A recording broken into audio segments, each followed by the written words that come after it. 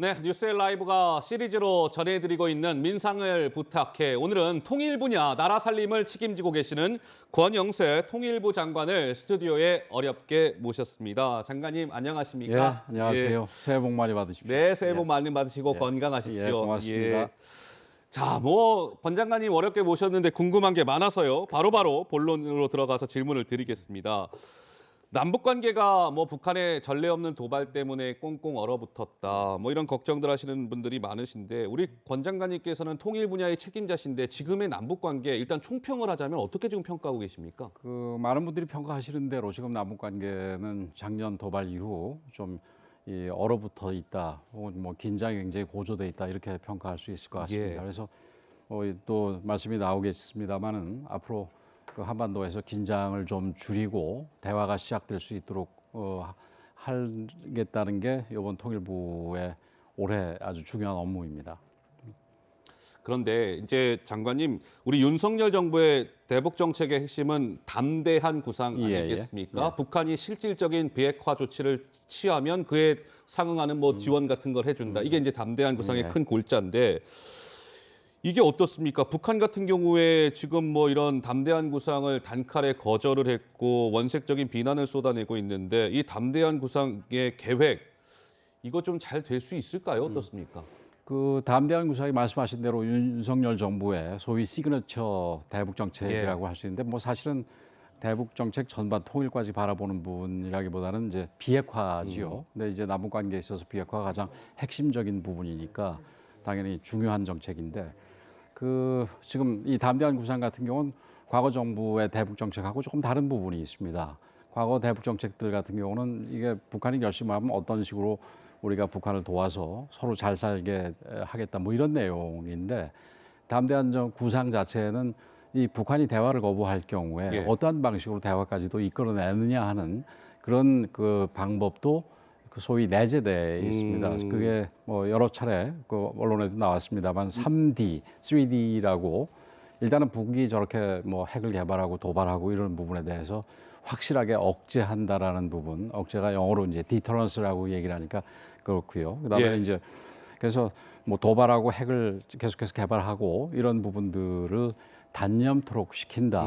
이게 디스에이전이고 그래서 궁극적으로는 예, 예. 대화로 이 한반도 문제, 특히 비핵화 문제를 풀어나간다. 그래서 그건 다이얼로그 혹은 디플로머시, 대화 혹은 외교 이런 부분입니다. 그래서 담대한 구상의 이 본 부분은 지금 아직 적용이 되고 있지 못하지만 예. 담대한 구상에 내재돼 있는 그런 대화로 유도하는 부분에 있어서는 지금 이미 시작이 되고 있다. 이렇게 말씀드릴 수 있을 것 같습니다. 그러니까요. 제가 네. 장관님 말씀을 들으면서 이제 궁금해진 대목은 바로 이제 이런 거죠. 이 담대한 구상이라는 것은 북한을 어떻게 대화의 장으로 끌어낼지 이런 부분들에 대한 예. 것도 당연히 포함되는 예. 얘기다라는 말씀을 주셨는데 지금 남북 대화가 조금 단절됐다라고 얘기하시는 분들이 많은데 그 지금 보관이 뭡니까? 북한을 대화의 장으로 끌어낼 수 있는. 말씀드렸듯이 지금 이거 억제 또는 단념시키는 예. 그런 방법을 통해서 북한을 압박하는 게 첫 번째 단계고 예. 그 다음에는 무슨 대화 자체도 우리가 그럼 이 압박과 억제만 하는 게 아니라 대화 자체도 끊임없이 시도를 할 생각입니다. 그리고 예. 실제로 하고 있습니다. 잘 아시다시피 작년 5월 12일 북한에서 코로나가 발병됐다고 발표가 됐을 때 저희들이 이 관련해서 여러 가지 지원하기 위한 대화 제의를 했었고 또 이 이산가족 상봉과 같은 대화 제의도 했습니다. 물론 아직 답을 얻고 있지 못합니다만은 북한이 필요하다면은 아마 응할 수도 있을 거라고 생각이 되고 예. 그다음에 그 외에도 좀 반드시 정부에서 이 전면에 나서서 대화를 시작할 필요는 없고 또 오히려 어떤 면에서는 종교 단체라든지 사회 단체, 스포츠 이 단체들 이런 분들이 먼저 앞장을 서는 것도 이 남북 간의 어떤 이 단절을 끝내고 대화를 시작할 수 있는 좋은 방법이기 때문에 예. 이런 부분에 있어서도 저희들이 이 종교 단체라든지 사회 단체에 대해서 적극적인 지원을 해서 대화가 이루어질 수 있도록 하고요. 그다음에 제가 지난번에 다보스 포럼에 다녀왔는데 다보스 포럼에서 유니세프하고 예. WFP 세계 식량 계획 책임자를 만나고 왔습니다. 예. 그래서 지금 코로나 때문에 그 두 국제기구 같은 경우도 북한과의 대화가 지금 그 굉장히 제한적인 정도밖에 진행되고 있지 않습니다만은 그런 국제기구를 통해서 저희들이 북한에 대해서 지원을 하고 대화를 하는 방법을 그 지원을 하는 과정에서 우리도 자연스럽게 대화에 참여할 수 있는 그런 아주 좀 종합적이고 복합적인 생각을 지금 하고 있습니다. 그렇군요. 한편으로 예. 압박도 중요하지만 압박, 예. 결론적으로 말씀드리면은 대화 노력도 끊임없이 할 것이다. 이런 말씀을 분명하게 드리고 싶습니다. 권 장관님께서 얼마 전에 뭐 한 방송에 출연하셔서 이런 얘기도 하셨더라고요. 북한에 도발이 있을 경우에 네. 응징할 필요가 있다. 예. 뭐 이런 부분을 강조하셨는데 이 응징이라는 거는 조금 뭐 민감성을 고려해서 자세하게는 말씀을 못 주시겠지만 이 응징이라는 건 구체적으로 뭐 어느 정도의 어떤 강도의 어떤 걸 말하는 걸까요?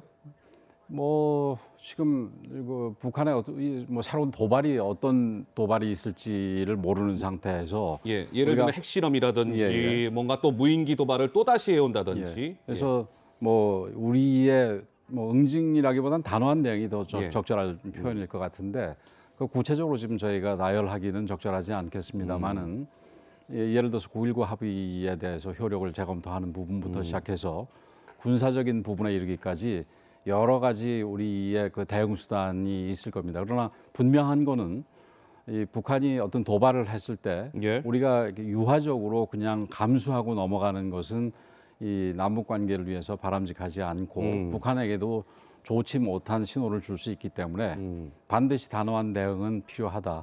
대화와 별개로 그렇게 생각을 하고 있습니다. 그렇군요. 장관님께서 지난 금요일 날 그 대통령께 이제 업무 보고를 예. 했는데 그때 윤 대통령이 북한 주민도 공유할 수 있을 정도로 인권 실상을 알려야 한다. 대통령이 이렇게 얘기를 네. 했다라고 하더라고요. 어떻습니까? 이게 오히려 북한은 이 발언을 좀 도발의 명분으로 삼는다든지 그러진 않을까요?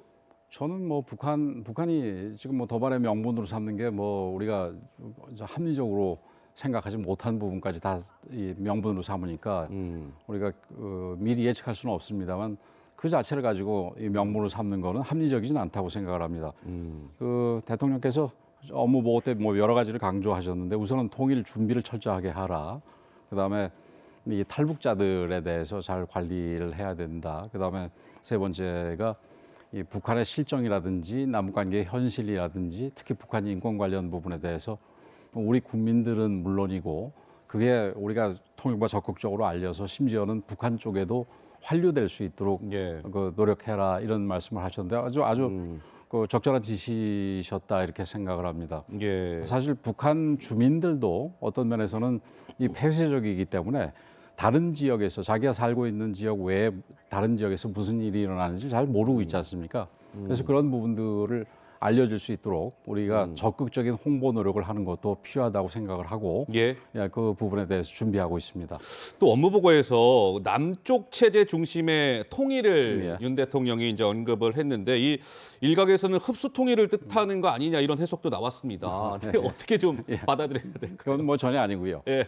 그 야당에서 뭐 대변인이 보수 정부에서 계속해서 협상을 주장해왔다고 예. 얘기를 하는데 이 독일이 동독이 서독이 흡수통일된 이후에 진보 보수 할 것 없이 우리 정부 중에서 흡수통일 지향한 정부는 하나도 없습니다. 마찬가지로 윤석열 정부도 흡수통일을 지향하는 게 아니고 예를 들면은 왜 기업에서 M&A가 있지 않습니까? M&A 있죠. 그래서, 예.